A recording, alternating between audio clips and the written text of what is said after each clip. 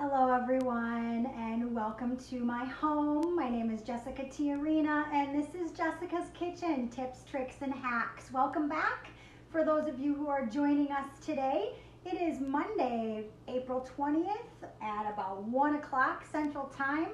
It's a little gray today. Was hoping for a little more sunshine, but you know what? The white stuff's gone for now and I'm okay with that. And I am an avid winter lover, believe me. But it's about time, I think. I think a few years back, though, it was May, mid-May, early May when we had snow too. So hoping that doesn't happen today. Not sure if it will or not. But welcome again for those of you who are just joining. My name is Jessica Tiarina. Hi, Patty. Welcome. And this is Jessica's Kitchen, Tips, Tricks, and Hacks. This is episode 7, but segment 2 of a marinade segment that I am doing a series on. I did my first one yesterday and we talked a little bit about marinades and a little bit about 2 specific ones. We did a basic Mexican marinade and we did a Southeast Asian marinade. So with some chilies and fish sauce and rice wine vinegar, and the Mexican one had some oregano, fresh oregano, dried oregano, chipotle peppers and adobo sauce. Really flavorful marinades, and those yesterday for me went on boneless, skinless chicken thighs. They can go on any kind of meat you want. So just a quick tip for you guys, for marinades in general, there's a pretty simple formula for that. And that's, 1 part acid to about 3 parts oil plus some seasonings equals kind of a no-fail marinade. Your acid is, or enzyme is kind of your foundation and your tenderizer, replacing some sort of a store-bought container tenderizer that has things like salt and citric acid to permeate the proteins in that meat that you're using, even in vegetables or non-meat based proteins as well. Like I said yesterday, you can use marinades on things like tofu and tempeh and crazy stuff that you didn't think you'd eat. I got this crazy recipe. Hi Joan, thanks for jumping in. Talking about marinades, segment 2. Today we're gonna talk a little bit, I'm running down the formula of a marinade in general. And that is 1 part acid to about 3 parts of an oil or fat to seasonings of some sort or flavoring profiles of some sort, depending on what you're going for. So the enzyme, like I said, is replacing, which is the acid. It's replacing something like a meat tenderizer, which is usually salt and citric acid, something like that, to permeate your protein, your vegetable, or your meat base. And those things are, vinegars, wine, beer, buttermilk, juices like citrus juices, not just fresh squeezed lemons, limes, and oranges, but juices like grapefruit juice, even out of a quart container you can be using as part of your acid base. Cranberry juice is a really good one that's very highly acidic, so I wouldn't marinate that one for too long. Something like an alcohol, rum. Use a rum. It's got that coconutty tropical flavor. If we're doing a jerk marinade, maybe you want to replace some of your acid, lemon juice, lime juice, for a little bit of that coconut rum. You never know. Just some fun things. Hi Joelle, welcome. So we're talking a little bit about marinades. Quick rundown of the formula, which is a 1 part acid or enzyme to 3 parts oil, plus or minus, and any kind of flavoring or seasoning that you want to add. This is segment 2. Yesterday was segment 1, so if you missed that, please go back and see it. That was your base Mexican marinade as well as a Southeast Asian marinade, which was a fun one, adding some fish sauce and Thai chilies. Really good, and I use those on boneless, skinless chicken thighs.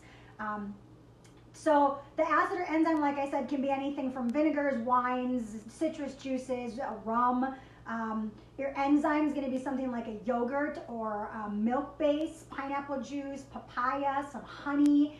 Tomorrow or Wednesday, I'm going to do them with some honey, some actual local honey, and as well as a local maple syrup too. And today we're going to talk about a Greek marinade. So that's going to incorporate the enzyme of a Greek yogurt, and then the fat of an oil or olive oil, any kind of an oil. Even a mayonnaise is technically your fat that you can use, or almond oil, nut oils, truffle oil, whatever you got.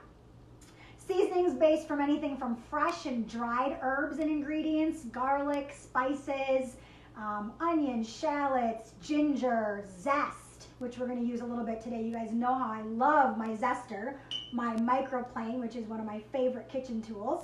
I kind of use that in almost every episode. It's a little strange how that works out. Hi, Elizabeth. Welcome. Jessica's tips, tricks, and hacks today about marinades. Again, I'm going to repeat this over throughout this quick segment here on the formula, which is a 1 part acid to approximately 3 parts of an oil or fat, and then some seasonings and spices or herbs to make that, give it a little boost of flavor. And some of those seasonings, again, zests and ethnic spice blends, molasses, maple syrup, red chili pepper flakes, fresh herbs, dried herbs, all that kind of fun stuff. Yesterday was Mexican and Southeast Asian. Today is Greek and Italian.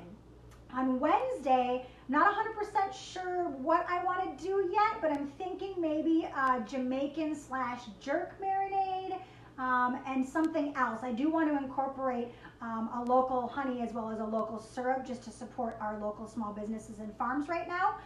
Today, I'm going to be doing an Italian and a Greek. And in the Italian one, there's some pretty cool tips and tricks in here on different fats and acids to use, as well as for a particular meat that I'm using today, which is going to be pork instead of chicken, how I'm swapping out some of those acids for something a little bit more flavorful in general, and something that I think goes really well with pork. So stay tuned to see what that is. Yesterday I did talk a little bit about some of the things you can marinate, which is not just meats, but vegetables and non-meat based proteins, tofus and tempeh and that kind of fun stuff. And I did not use a food processor or an emulsifier other than just a mason jar yesterday.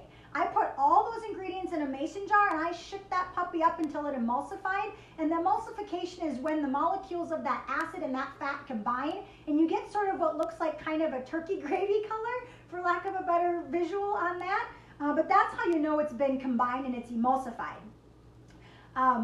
Today we're going to use a mini prep, a mini food processor that I have here. I'm going to use that for just one of my recipes, the one that contains fresh herbs. And I don't have to. I can still use the mason jar method and there's nothing wrong with that. I got a little lazy and I just didn't want to chop everything today. So you can still do that for either way you want to do it. Up to you. I just wanted to let you know there are more ways than one to do this. Kind of the point of the kitchen tips, tricks, and hacks. There's never just one way to do things. You know, we're all seeing these different recipes and different ways of chefs creating these crazy culinary things, and it keeps my attention span going, that's for sure. So the first today is going to be an Italian. An Italian marinade consists of fresh herbs or dried herbs, garlic, and olive oil, preferably an Italian olive oil. If you don't have one, no big deal. Olive oil is preferred because you want that flavor in there versus something like a canola oil. If you're using a coconut oil, just know that that flavor of coconut's going to come through a little bit. If I do a Thai or an Indian marinade, I will use some sort of a coconut oil base, absolutely, if I'm not using a coconut milk as one of my fats or my enzymes. So today, just real quick, we are going to do, and these recipes right after the... That's my second time doing that now. You think I'd learned my lesson the first time. So these recipes right after this will be uploaded immediately onto Facebook, my Instagram, my YouTube page, as well as my blog and my webpage. So for those of you who know people who may be interested in this and can't watch it through Facebook, on my website, jessicatiarena.com, there is a Jessica's Kitchen, tips, tricks, and hacks, and I've uploaded all of my videos for them to watch without a Facebook as well. So hopefully that works out for some people. The traditional, and I say traditional, but it's just any kind of fresh herbs you have. It can be anything from parsley and thyme, oregano, basil, whatever you've got. And if dried versus fresh, people always have that question of, well, if I only have fresh or if I only have dried, how do I swap that out? So your typical baseline for that is a 3-to-1 ratio, kind of like your 3-to-1 ratio for the marinade. So it's easy to remember. So your 3-to-1 for the marinade of 1 part acid to 3 parts oil or fat to your herbs is a 3-to-1 ratio. So 1 tablespoon, sorry, totally got confused there. 1 tablespoon to 1 teaspoon because there's 3 teaspoons in 1 tablespoon. Fresh herbs are far less potent than dried herbs. So you're going to use 1 tablespoon of dried to 1 teaspoon of fresh. So for the Italian one, I am using fresh. I do have fresh oregano. I do have some fresh thyme. And again, some of this thyme is turning a little brown, a little, you know, not great looking. But if I'm just going to pulverize it for a marinade, no big deal. It's not slimy, it doesn't have a different scent to it, it's just turning a little brown and it's drying out, and that's okay. We're gonna suck that moisture right back in there with a little bit of oil and acid. So I've got some parsley, some fresh Italian parsley, flat leaf parsley. We're gonna put that, let's see, about a teaspoon or a little more, roughly, of thyme, oregano, and parsley. Again, if you have basil or something else, go ahead and throw that in there as well. There's no limit to the amount of herbs you can put in there. Just know that if you start to increase the amount more than about 3 teaspoons, that you want to add a little more fat and a little more acid to that whole recipe. 2 garlic cloves, 2 whole garlic cloves. Again, I just took the skins off. They're all going into a mini prep, so I don't have to dice or chop or anything. I am going to put in a little bit of red chili pepper flakes. It's not going to give it too much of a zing, but just enough to kind of know it's there. A little hint of heat's never too bad. And the acid is going to be a vinegar, red wine vinegar, white wine vinegar. I have both. I have a red wine vinegar from Tuscany and a white wine vinegar as well. I am going to be putting this marinade on pork today. So because of that, one of my favorite flavors along with pork is cherry. You might not ever think that that's a good thing, but it's like a winter fall, and I know it's not that time, but it's still a good flavor with like a wild rice and cherries. It's so delicious. So one of the places that I teach cooking classes at is Grand Fete in Wisconsin, and it's a little cooking store with a cooking school as well. And in support of business, since they've been closed, other than just some you can call and put in orders. I think there's curbside pickup. They're working on putting their products online right now as well. Hi Paige, welcome. Grand Fete is a really great store. It started out, Kay is the owner, and she started out with olive oils and vinegars. Some of the best I have tasted. One of my favorite is the cherry balsamic vinegar. It is thick, it is acidic, but it is really dark cherry in flavor. So today I'm going to use 1 to 2 tablespoons of that balsamic cherry vinegar from Grand Fete in Wisconsin. Really cool bottles. She's got some great olive oil as well. I'm also going to be using one of her olive oils. I transferred it to a really cute little bottle as well because I bought quite a bit of it. It's a garlic infused olive oil. So I know I already put 2 fresh cloves of garlic in my processor, but I'm going to use that extra bump. I'm getting that real high flavor of dark cherry and vinegar with the balsamic. I'm just going to kick it up a notch with those fresh herbs and add a garlic olive oil as well. If you have infused olive oils, use them. This is the best time to use it. Salad dressings as well. So 1 part to 3 parts, like I said. So we're going to do about 3 parts oil, okay, to 1 part balsamic. I'm actually reducing that to about a half because this balsamic vinegar cherry is really potent other than a liquid vinegar base. So about a tablespoon, 2 tablespoon and a half to about a half a cup, 3/4 cup of olive oil in there. And then I'm going to add a little bit more acid. I love fresh flavors, so I'm going to add the juice of half a lemon. All right. And as you guys well know, I love me some zest in everything I do. So I did pre-zest a little bit of a lemon. And I'm going to throw that in there as well. Any kind of freshness you can bring in there, even if you're not using fresh herbs, a little bit of fresh lemon juice or citrus juice and a little bit of zest will bring that flavor to a whole new level. So I'm going to go ahead and pop the top on this guy, and I'm just going to pulse that real quick, or not. Okay, well, give me 1 second here, guys. Sorry about that.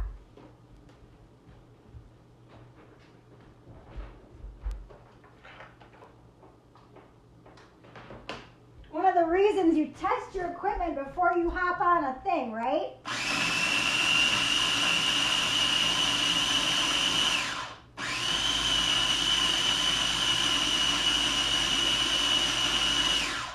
All right, so remember how I said that emulsification is going to turn that color into kind of a gravy brown color? That's exactly what it did here, and I'm going to try to bring that up to you guys to show you what that looks like. And now this didn't make a ton. I did make a smaller recipe like I did yesterday because I'm only using it for 2 small pork chops today. So here's the color of that. So it's kind of a brownish, like a turkey gravy or a chicken gravy, brown gravy color. And that's the emulsification process that happens when that acid and that oil molecules combine together very quickly. Now eventually they will separate, but it'll take some time. So that is my marinade. I'm going to store that with just some plastic wrap or throw it in a mason jar and put it in the fridge till I'm ready to pull those pork chops out. And then that's my marinade. That is super simple and quick. Again, you can substitute those oils, those vinegars, different types of herbs. You don't have to throw the red chili peppers in there. Kind of the world is your oyster, like I always say. These are just your baseline things, and that's kind of where we like to start. So we're going to go ahead and put those aside here. Again, please, if you have a moment, go to grandfetshop.com. Her store will be opening hopefully maybe this week or next week, but wonderful oils and vinegars. Their balsamics are phenomenal. She's got so many different varieties as well. And just a wonderful woman. I've worked for her for quite some time now doing cooking classes, and just the sweetest woman. You know, you want to support your local businesses. Yes, she's just a couple minutes over the border in Wisconsin, but you know what? She's still local to me. So I'm going to help her out, use some of her products. Thank you very much, Kay. So we've got your garlic olive oil and your cherry balsamic vinegar. I used the cherry balsamic vinegar last night with beets and goat cheese and toasted walnuts just for a salad. I shredded the raw beets, threw some toasted walnuts on there, some goat cheese, and a little bit of that cherry balsamic. Oh my gosh, it was phenomenal. So flavorful. I often put a little too much balsamic on there and my tongue gets a little sore after a while. So you'd think I'd learn. I wasn't one of those kids that loved Sour Patch Kids. So I should have figured that out by now. Okay, so that was your Italian one. So now we're going to move on to the Greek one. And this one we're going to just use a mason jar again. And this one is going to be, again, for 2 boneless, skinless breasts or thighs or whatever, or 2 pork chops. Or it's usually a serving of 2 is what I make the recipe for. And then you can just bump that up as much as you want. Hi, Kayla. Thank you for jumping on. No, you didn't miss me. So we're doing episode 2 or segment 2 of marinades today. Yesterday was Mexican and Southeast Asian. Today we just did Italian, and now we're moving on to a Greek one. So the Greek one is going to change up that fat. So we are going to still do a 1-part acid to 3-part fat, which is your basic formula for a marinade. 1 part acid to about 3 parts oil or fat, plus seasonings and flavors. And so today, that oil or that fat is going to be swapped out with a Greek yogurt. So a non-flavored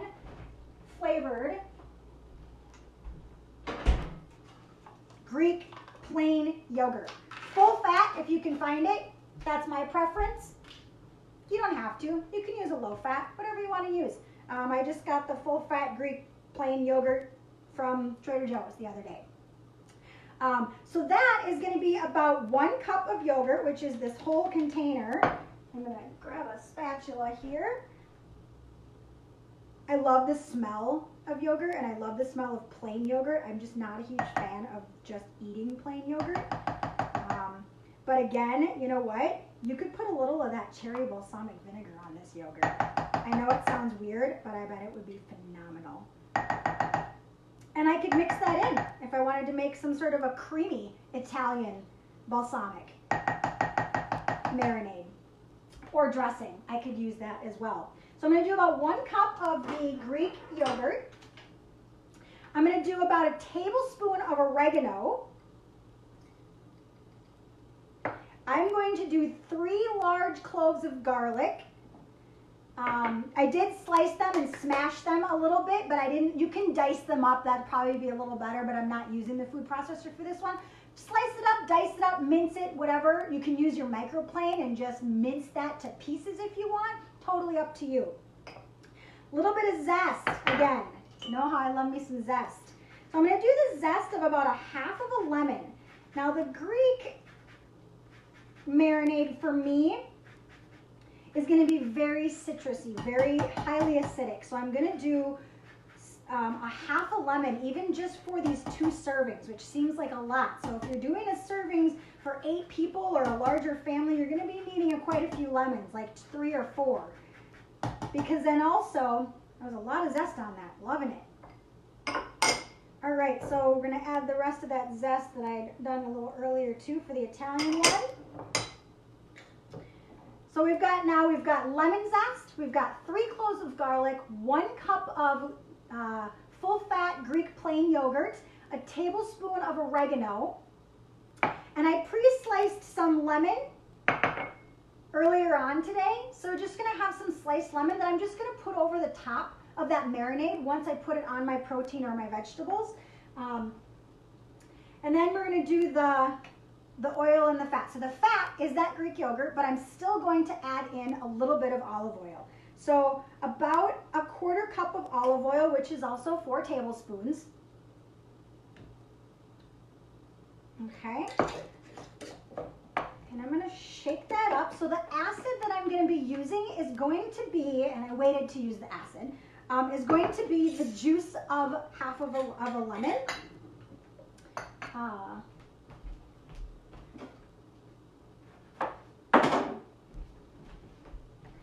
So I've got that here. And again, I think you guys have seen this before, but not everyone knows how to use a juicer. And so it looks like oftentimes you're going to want to put that lemon into the juicer this way, where the flesh is sitting upright and they try to squeeze it. Does it work? Yeah, a little bit.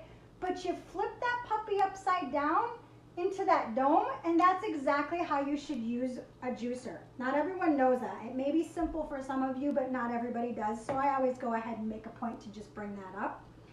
So this was a really juicy lemon. So I'm going to use half a lemon, the juice of half a lemon for this particular recipe. Now what that's also going to do is it's also going to curdle that yogurt a little bit, okay? And that's okay. That is all right. You're basically making what's kind of like a buttermilk when you're mixing an acid and a milk base like that. If you haven't before made buttermilk and you need it for a recipe, let's say you're making buttermilk pancakes, and buttermilk pancakes need buttermilk. You don't always have that. So you're just going to use your milk or your plant-based milk or whatever it is to a little bit of lemon juice, and you let it sit there. Immediately you'll see that start to curdle. That's buttermilk. That's sour milk. That's the way our grandparents used to make it. All right, so this is nice and thick now. So this is going to be a thicker marinade. So if you want to thin it out, you can add a little bit of water to this. It's not going to change the acidity level too much. You can add a little bit of salt if you want to, but you know me, I prefer not to add salt to my marinades until right before I'm cooking, just because you don't want it to dry out too quickly. The more salt you add, the more it's going to dry out that meat and that protein. And even those vegetables, it'll suck that moisture out.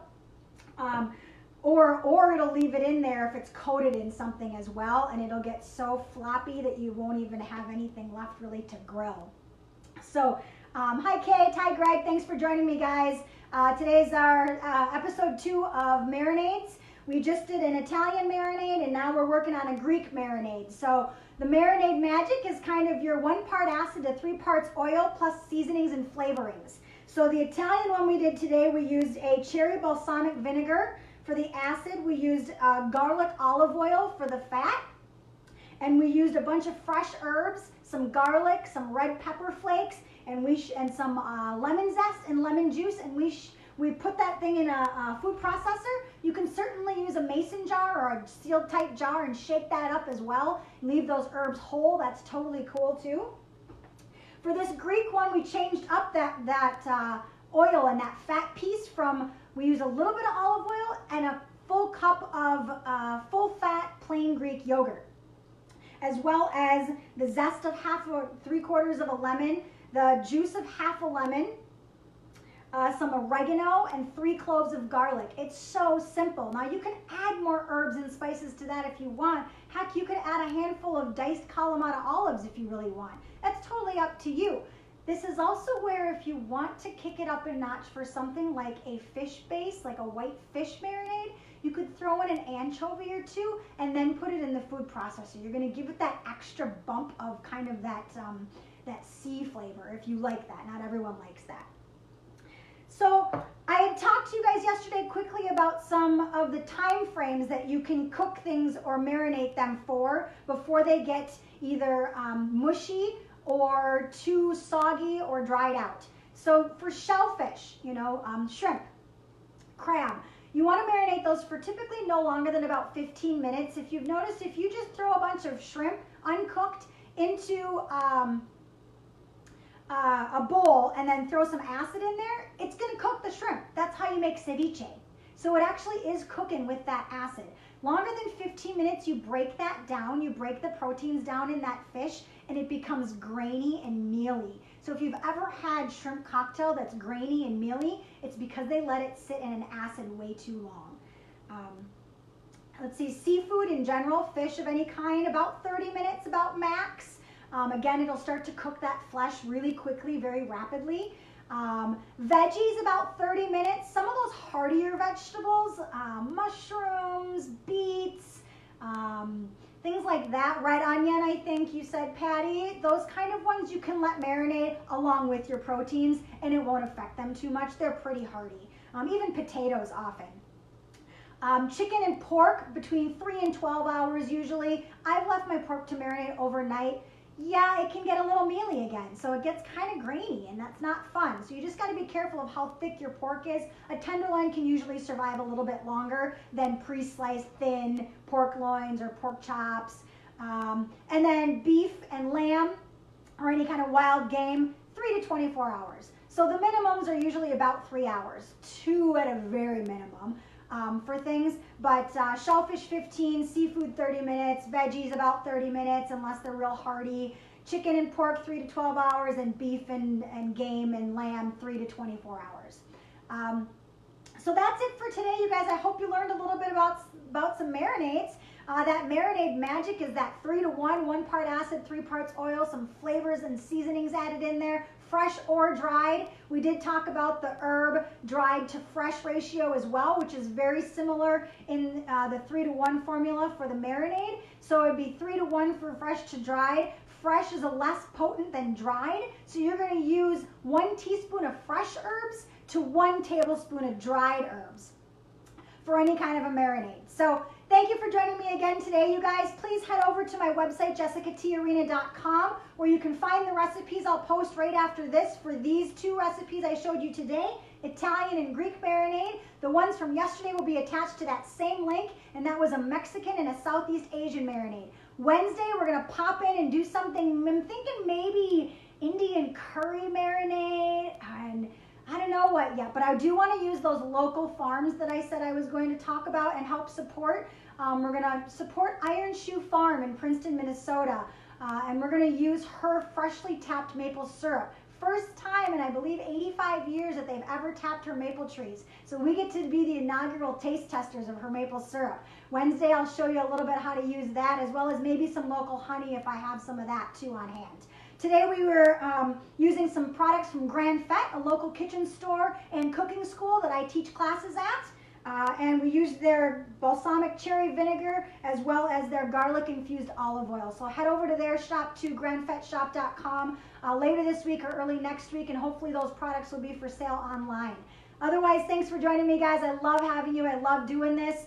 Head over to my website. If you can't get on Facebook for some reason and you want to share these recipes with someone, they are on my website. The videos can be watched there as well without having a Facebook account. Instagram, my YouTube channel, Chef JT Arena. Follow me, like it, share it if you liked it. Let people know. I would love to see you guys. 1 o'clock Wednesday, I'll be back for 2 more marinades and some more tips and tricks. Have a wonderful afternoon.